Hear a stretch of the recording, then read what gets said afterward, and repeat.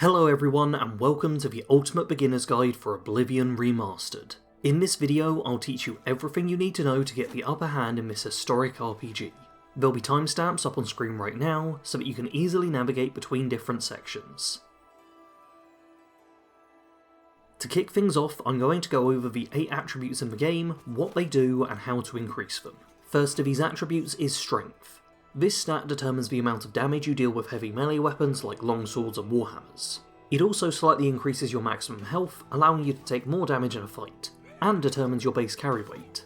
Every point you have in the strength stat equates to 5 points of carry weight. For example, a character with 40 strength has a maximum carry capacity of 200. However, a character with 80 strength would have 400 carry weight available to them. If you're looking to play as a heavily armed warrior, or just want to be able to loot everything you find, then strength is a good attribute to go for. The second of the game's attributes is Intelligence. This determines the maximum magicka you have, which is the resource used to cast spells, shown on screen by a blue bar. Your maximum magicka will be double whatever your intelligence is, meaning a character with 50 intelligence has 100 magicka to work with. Many spells in the game have a high base magicka cost, so if you're wanting to play as a mage of some sort, then intelligence is the stat for you. Willpower also has an effect on magicka, though not on how much we have, but instead how quickly it regenerates. If you want to cast spells over and over again in a short span of time, then a high willpower will help you to do that. Additionally, this attribute also increases your maximum fatigue. Fatigue is the green bar you see on screen, and it is used up by sprinting, jumping, and fighting. The more fatigue you have, the more melee attacks you can make and the farther you can sprint for. If you've played Skyrim before, then it's worth noting that fatigue is essentially just the same as stamina is from that game. Overall, willpower is a strong attribute for nearly every build, as it helps warriors and mages alike. Agility is up next, and is my personal favourite of the attributes. Not only does it help determine damage with lighter weapons such as bows and short swords, but it also provides a small increase to your maximum fatigue, and determines how quickly your fatigue bar regenerates. The increase to the fatigue bar isn't as much as willpower gives you, but as this also boosts the regeneration of fatigue, it's still a good one to go for if you're worried about stamina management. The fact it covers lighter weapons also makes it an ideal choice for rogues and their ilk, helping their more nimble weapons to dish out strong damage. Speed is the most straightforward of all the attributes. It determines how fast you move. It may be simple, but it's still strong. Not only does moving fast help you travel through the world a little quicker, but it also means you can outmaneuver enemies in a fight. Characters with really high speed can run rings around enemies, making many fights feel trivial. That being said, how high you want the speed stat really depends on what feels right for you, as getting this too high may make it a little difficult to control your character. Endurance is next, and this attribute is all about health. This has a big impact on how many hit points your character has, and also defines how quickly your health regenerates outside of combat. That second part is somewhat less important, as you can always heal up in other ways or just wait for your health to return, but the big boost to your max HP is a big deal. If that red bar ever empties, then your character dies, and it's back to the last save with you, so you don't want that to happen. This means that endurance is the attribute you want to focus on if you like staying alive. A perfect stat for frontline fighters and warriors who expect to take a bit of a beating, and one that's well worth investing in early on. Our penultimate attribute is Personality, which determines how much people like you. If people have a positive disposition towards you, then they'll be more forthcoming with information and you can haggle with them for better prices when trading. If you want to be everyone's friend and are more concerned with the social side of things than you are with combat, then Personality may be the stat for you. And finally, we have Luck, which is the least clear of all 8 attributes. By default, every character will have a luck of 50, which the game considers to be neutral. If your luck ever drops below 50, then you will be considered unlucky. If it ever goes above 50, then you're lucky. What precisely this does in-game can be a little tricky to define. It mostly seems to cover any time where random chance is thrown into the mix. For example, if you have a weapon which has a percentage-based chance to perform an additional effect, then the odds will be more likely that it occurs if you're lucky. Likewise, if you decide to head to the arena and bet on a fight there, then how tough the gladiator you bet on will be is also determined by your luck stat. Overall, this is an attribute which you shouldn't have to worry about too much. You won't really be able to tell most of the time if luck is helping you out or not, so I'd recommend most new players leave this be, and focus more on the other 7 attributes when making your character. Now that I've covered what each of these attributes do, it's time to talk about how you improve them. At the very beginning of a game, you determine your starting attributes when you choose your race and origin.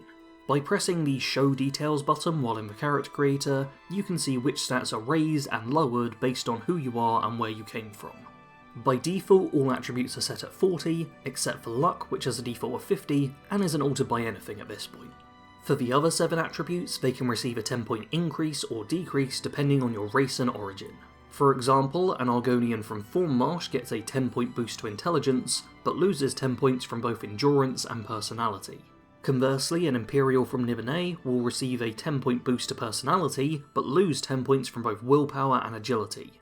This can be a good way to shape your character from the very start, but it isn't the only point in the tutorial where you'll have an impact on your attributes. While travelling through the Imperial sewers, you will be asked to pick a birth sign. These come with various benefits, and several of them increase your attributes.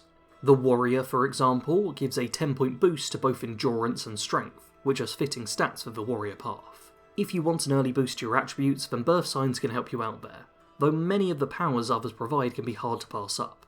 In particular, the Lord sign currently gives an extra 15 points of armour and a 15% magic resist, which is incredibly strong. I say currently because I'm half expecting this to be nerfed somewhat in the future, but for now at least it seems to be the best pick for most builds. There is one final way to raise your attributes before you head out on your journey, and that is when you choose your class. There are 21 different pre-made classes to choose from, and each will provide you with a 5-point boost to 2 different attributes. If you end up picking the custom class option, then you can pick which 2 attributes receive this boost, which can be quite powerful indeed. We're not entirely done with raising attributes just yet though, as you'll also be increasing them every time you level up. Once you have raised your skills enough, you will receive a prompt telling you to meditate on what you've learned. You will also see this symbol in the top right of the screen, which is the level up reminder. In order to level up, all you need to do is find a bed somewhere and sleep for any amount of time. When you do so, you will be greeted with this screen, providing you 12 points, or virtues, to spend on your various attributes. The first 7 are simple enough to increase, as each of your virtues correlates to an extra point in that stat. Once again though, luck is the exception, as it costs 4 virtues to raise luck by a single point, and you can only do that once per level up. For the other 7 attributes, you can raise them by a maximum of 5 points per level up. Additionally though, you have to raise exactly 3 of these attributes each time you increase in level. This will be the main way you control how you get stronger as you play, as you'll use this system to determine what you get better at. Do always remember that you can press the Show Details button to get a reminder for what these different attributes do. Now that all the attributes have been covered, it's time to talk about skills. These are the other stats which will define what kind of character you are. Once again, these are initially determined by what race you play as, though this time the origin will have no effect. As standard, all skills start at a ranking of 5, but certain skills will be increased to either 10 or 15, depending on the race you have chosen. You can use the Show Stats button to see what skills are raised when you are first creating your character. In addition to the initial bonuses you get from your race, you will also get to boost your skills when choosing a class. You will see that every class has a specialization. What this means is that it gives a 5-point increase to 7 different skills, as well as making them level faster. If your specialization is combat, then these skills are each 5 points higher. If you have stealth specialization, then it's instead these 7 skills which get the boost, and if it's magic specialization, then these skills get to be 5 points higher. I'll go over what each of these different skills do shortly, but before that we also need to address the major skills category you've been seeing on screen. Every one of your major skills not only receives a whopping 20-point increase, but it will also improve faster as you play. All skills go up when you use them, but your major skills, and those covered by your specialization, will increase faster than normal. To increase a skill, all you need to do is use it. Cast enough destruction spells, destruction will go up. Get hit a bunch while wearing heavy armour, then heavy armour will go up. Simple as that. You can also visit various skill trainers around the world who can train you in a specific skill. Doing so will cost you increasing amounts of gold per rank, you can only do this 5 times per level, and trainers are limited with how high they can raise your skills based on their own level. That's not something to worry about too much right now though. Just know that skill trainers are out there to give you an extra boost if you need it. In order to know which skills you want to focus on, I'll now go over each of them in order. As I talk about each of these skills, you'll also see that they have special unlocks at each 25-point increment. Every novice perk is unlocked right away, but for the apprentice, journeyman, expert and master perks, you need to raise the skill up high enough, and then it will automatically be unlocked. First up is Armourer. This skill makes repair hammers more effective, which are the items used to keep your equipment in good working order. As you reach higher levels in this skill, you will be able to repair magic items, and even improve weapons and armour to make them deal or prevent more damage than they normally be able to. Next is Athletics, which along with the speed attribute determines how quickly you can move around the world. Higher tiers of this skill will reduce the fatigue costs for sprinting. The Blade skill determines how much damage bladed weapons like swords and daggers deal. The perks of this skill will further improve the damage of these weapons in various ways, as well as making them more durable. Block makes it so that you reduce the damage from attacks when you defend yourself with a physical shield or melee weapon. Blocking an attack in this way will always consume some amount of your fatigue bar, but the higher this skill is, the less fatigue will be drained. Additionally, the Expert unlock allows you to perform a shield bash while blocking with your shield, turning it into an offensive weapon. The Blunt skill determines the damage of melee weapons which weren't covered by the Blade skill. If it's a mace or a hammer, then it's probably affected by the Blunt skill. Do make sure to check the stats of your weapons so that you know which skills alter their damage. Higher level unlocks with this skill not only increase your power attack damage, but can also make you tougher while performing a power attack, and debuff your enemies with standard attacks too. Hand to hand covers unarmed damage. If you're attacking someone with your bare fists, then hand to hand is what you're using. Higher levels of this skill allow you to drain fatigue from your target, making them unable to effectively fight back or defend themselves, and you also gain a chance to disarm your opponent. Heavy armor is the skill which improves the defensive capabilities of heavy armor.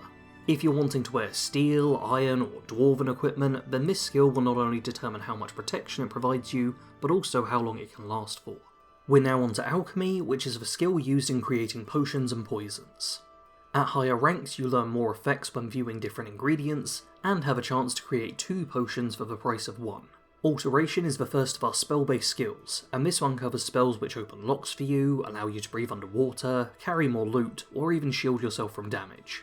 Alteration is a very versatile school of magic, with a focus on defensive and utility-based spells. All magic skills simply unlock higher tiers of spells as you raise the skill up, so I won't talk about the perk unlocks for them from here on out. Conjuration allows you to summon creatures to fight by your side, or equipment for you to wield. If you don't like lugging around weapons and armour all the time, or don't like fighting your own battles, then the School of Conjuration is for you. It's also the skill which focuses on both summoning and turning the undead. Destruction is perhaps the most straightforward of all the schools of magic, as it's primarily focused around dealing damage. This is the skill to prioritise if you want to cast fireballs and the like. It also has spells which can debuff enemies, or steal health from them. Illusion is up next, and this has a variety of uses, though mostly focused around changing how others act. With spells from this school you can turn enemies against one another, charm NPCs to make them more well disposed to you, or even turn yourself invisible. There's also an illusion spell for making a cute little light hover above your head, which is neat. Mysticism is the school of magic which most interacts with magic itself. It can be used to dispel the spells which other mages have cast, and absorb magic from your enemies to prevent them from casting spells while ensuring you still can. It also has spells to reflect damage back on the attacker, sense those around you, and trap the souls of enemies into soul gems. This is quite a varied school of magic overall, though I find it particularly helpful when playing as a mage who wants to fight against other magic users. Final of the magic skills is Restoration, which is all about healing and improving yourself. Not only does this contain the always useful spells which restore health to you, but there are also spells which can cure diseases, make you more resistant to effects, and boost your various attributes for a period of time. Magic skills all covered, it's time for the final set, the Stealth skills. First of these is Acrobatics. This determines how high you can jump and how far you can fall. The skill itself sounds like a bit of a joke at first, but it's the perks you unlock which make this strong. Unlocking things like a dodge mechanic and the ability to jump on water can really add to the overall mobility of your character. Light armour makes your leather, fur and elven styles of armour more effective at protecting you. If you want some form of defence from what you wear but don't want to use up half your carrier weight with the heavier stuff, then light armour is what you'll end up relying on. Marksman is the last of the weapon skills and determines the damage of bows. At higher levels you can focus your shots to be more accurate, and can even gain a chance to paralyse anything you hit with an arrow. Mercantile, or Mercantile, is the skill which determines the prices of items at shops, both buying and selling. At higher levels this skill will make it so merchants have better goods to offer, and ensure you don't get quite so ripped off when selling your wares. Security makes it easier to open lock containers. Easier is a somewhat relative term, as I, like many others, struggle a fair bit with Oblivion's lockpicking minigame. The higher this skill is though, the less of a struggle it should be. Penultimate skill is Sneak, which makes you harder to detect while crouched down, and also better at picking pockets. Increasing this skill through the tiers will not only make you nigh on undetectable, but also increase the strength of your stealth attacks, especially with daggers. And finally we have Speechcraft. This skill makes it so that people are more likely to tell you the information you want, and also makes the disposition minigame a little easier. I personally don't rate this skill all that highly, but if you're quite a social creature, then it could serve you well. With the 2 extra long sections covered, it's now time to tackle navigation and exploration. Oblivion has a very large map for you to navigate, but fortunately there's multiple ways in which the devs made sure exploration wasn't too much of a challenge. First off, let's look at the map, which will show you all the locations you can travel to. If a square icon is on the map and appears to be filled in, then that means you can click on it and fast travel to that location. In order to fast travel, you need to be outside and not have any enemies nearby. At the very start of the game, you will be able to immediately fast travel to any of the districts of the main Imperial City, and you can also fast travel to any of the smaller surrounding cities too. In order to fast travel to other locations, you will first have to uncover them by heading there yourself, either on foot or on horseback. There's a few different ways to gain a horse in Oblivion, though if you just follow the main quest for a little while, then you should be rewarded with one early enough. And speaking of following quests, let's now cover the compass and quest markers. At the top of the screen you will see a compass which not only tells you your orientation, but can also highlight points of interest nearby. These locations will have a number next to them alongside the icon for some footprints, indicating how far away you are from that place. Additionally, you will often see a coloured triangle or two on the compass. A blue triangle indicates a custom marker which you have placed on the map yourself, and these can be handy for if you don't want to get lost when trying to head to somewhere new. There may also be either a green or red triangle, and this is your quest objective. It will always point you to where you need to go for your currently chosen mission, and the colour indicates whether or not you need to go for a load zone. A red triangle means you will need to pass through a door of some kind to get where you need to go, and the marker will be leading you to that door. A green triangle means you're already in the same loaded in area as your objective. This can be handy to keep track of when looking for NPCs inside of buildings or cities. If your quest objective is red, then you're not in the same space as them, but if it's green, then you don't need to go for a load zone to find them. As one final tip for navigation, you can also zoom in on the main map in order to see the local map of the area you're in. This can be rather handy for finding a specific building which you know the name of, but aren't sure of the exact location. In terms of equipment, there's a few different things you'll need to know. First off is what the different numbers on a weapon or piece of armour relate to. When looking at the weapons list on screen here, the first number on the left is that item's condition. As standard, this will be a maximum of 100, indicating that the item is in full working order, and goes all the way down to 0, which lets you know that the item is broken. You can still use items that are broken, but they become far less effective. Broken weapons deal half the damage they normally would, and broken armour only gives a quarter of a defense rating. In general, you'll want to keep the items you use in good condition, either by using repair hammers that you've picked up, or by tracking down an NPC who is able to repair equipment at the cost of gold. The second number we can take a look at is either the damage rating for weapons, or the defense rating for armour. You really just want this number to be as high as possible, as the higher it is, the better. Next up is the weight of the item. This is one which applies to everything in your inventory, not just the items you equip. If you're needing to drop stuff, then you can always click the weight symbol at the top of the column in order to sort things from heaviest to lightest, and figure out which items are weighing you down. And finally, we have the gold value of the item. This gives you an idea of how worthwhile it is to pick something up if all you want to do is sell it. If something is worth hundreds of gold, then that's a good item to sell. If it's only in single digits, then maybe not such a big concern to loot it. Do keep in mind though that your inventory space is limited by how heavy things are, not how many items you carry. For this reason, you may want to base your looting around a weight to value ratio. For example, if you only loot items to sell which are worth at least 10 times what they weigh, then you'll get a decent return on what you loot. When viewing the equipment in your inventory, it's always worth pressing the Show Details button in order to see what category the item falls into. This way you can make sure your character, who is focused on the blunt skill, doesn't accidentally end up wielding a weapon that counts as a blade. On top of this, you can also view the charge and effects of enchanted items here. By cycling through the pages, you can check what added effects these items have, and in the case of weapons, also see how many uses they have left. Enchanted armour, clothing, and rings will always provide their effect, so long as they're equipped, but for weapons, they have a certain number of times they can be used before the enchantment runs out and stops working. In the case of most melee and ranged weapons, this means you lose the added enchantment, but still retain the base damage of a weapon, and can go on using it as if it were just a standard weapon. But in the case of staves, these become totally useless once the charge is depleted, having no melee capabilities whatsoever. You can recharge spent weapons with a filled soul gem, by using a Vala stone, or by paying an NPC who is well versed in the skill. I want to briefly go over this game's magic system, as there's a couple of areas which I think can trip up new players. I've already covered all the different schools of magic in the skills section, but I haven't really touched on how spells are used. Spells are not only split up into the different schools, with the player needing to advance the relevant skill in order to cast more powerful spells, but they are also split up into distance. Some spells, such as Heal Minor Wounds, have a casting range of self, which means the effect is put directly onto the player when you cast that spell.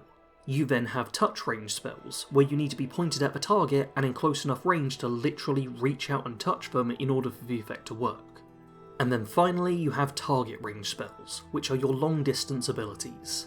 These are things like fireballs, which simply shoot out to wherever you're pointing, hitting the first thing in their path. Every spell also comes with a magicka cost, letting you know how much magicka it will drain when you cast it. If you don't have enough magicka stored up when trying to cast the spell, then you won't be able to cast it.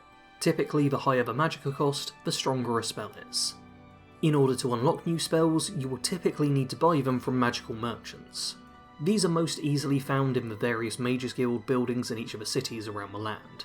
From here you can spend gold in order to unlock new spells. When on this screen you will also be told by some red text if a spell is too high a magicka cost, or too high a level for you to cast it. In these instances you will need to either raise the relevant magic skill, or increase your magicka pool to be able to use that spell in the future. It can also be worthwhile to buy new spells if you want to use the effects in enchanting or spellcrafting, which is something I'll cover in the final section. It's time for the final section now, crafting. Here I will cover how to make potions, enchanted items, and spells. First up is potion making, which can be done so long as you have a mortar and pestle in your inventory. By selecting this item you will then go into the potion making menu, which allows you to combine together different ingredients in order to make a vast number of beneficial potions or harming poisons. If you already know which ingredients you want to mix together, then you can go down the list, select them, and press the create button at the bottom. But if you don't know what mixes together, then instead you should click on filters. This will show you all the different effects which can be made from the ingredients you have in your pockets. As long as you have 2 or more different ingredients to combine together, you can mix them into the selected potion or poison. You can also make these recipes stronger by picking up retorts, calcinators, and alembics. These are additional items for crafting potions which are found throughout the world, often near a mortar and pestle. If you're serious about potion making, then you'll want to have one of each of these in your inventory at all times. Next up in crafting are enchantments. We've already covered enchanted items in the equipment section, but I neglected to say that you can enchant items yourself, rather than just relying on what you find out in the world. In order to do this, you will first need to find an Altar of Enchanting. These are most reliably found at the Arcane University, though to actually gain access to them you will first need to become a member, which does require you to undertake a large chunk of the Mage's questline. Once you do find yourself an Altar of Enchanting, you just need to activate it to get things started. You are then able to select a non-enchanted item in your inventory, a filled soul gem, and the effect you want that item to gain. The level of soul gem will help determine the power of the enchantment, though you can also adjust the sliders to create a more or less powerful effect. The stronger an effect is, the more gold it will cost you to enchant the item. I'd highly recommend dropping a save before interacting with an Altar of Enchanting, and playing around with it for yourself to see what different effects you can make. I, for example, was able to make a bow which absorbed health, and a necklace which permanently set the wearer on fire. Crafting your own enchantments lets you build some very wacky combinations, and can be quite a lot of fun. The other super fun crafting system is spell crafting. Much like with enchantments, you will once again likely need to earn entry into the Arcane University, where you can find an Altar of Spellmaking. From here you can craft different spells, though only by using effects you already know from spells you have learnt. At first this doesn't sound very helpful. Why would you want to craft your own healing spell when you've already learned a healing spell? But the advantages of crafting your own spells is that you get to choose their range, duration, and strength. This means you can go from having a spell which heals yourself, to crafting one which can heal NPCs that you touch, handy when you want to keep a friendly character alive. You could also increase the duration of a healing spell, turning it from something which just restores a flat amount of health to one which gives you regeneration for a period of time. Or best of all, you can combine spell effects together. For example, adding both a restore health and a shield effect to a spell can leave you with something which heals you and reduces a percentage of damage for however long you set it for, which is a great effect to cast right at the start of the battle. You can also make some wacky spells, such as Self-Immolation, which is a fire damage to self spell I crafted, which does nothing more than just set the player character on fire. I'm not sure why I kept deciding to do that with this crafting section, but it's been a long guide, so give me a break. When you are crafting a spell, make sure to give it a custom name, and also check the magicka cost and gold cost on the bottom left and bottom right of the crafting page respectively. There's no point in trying to make a spell which costs more magicka than you can manage, and you also don't want to accidentally blow through all your cash just making silly spells all the time. Hopefully that was everything you need to know in order to get started in Oblivion Remastered. As well as this guide, don't forget that there is an in-game help manual which provides a great deal of information to the player, more than even I could fit in this video. If you have any questions still, then leave them in the comments below, and if you're an experienced Oblivion player who wants to help others out, then feel free to leave any advice you have in the comments too. Give this video a like if you found it helpful, and make sure to subscribe for more Oblivion Remastered content. A big thank you to my patrons who help support videos like these, and as always, thanks for watching. Sarge out.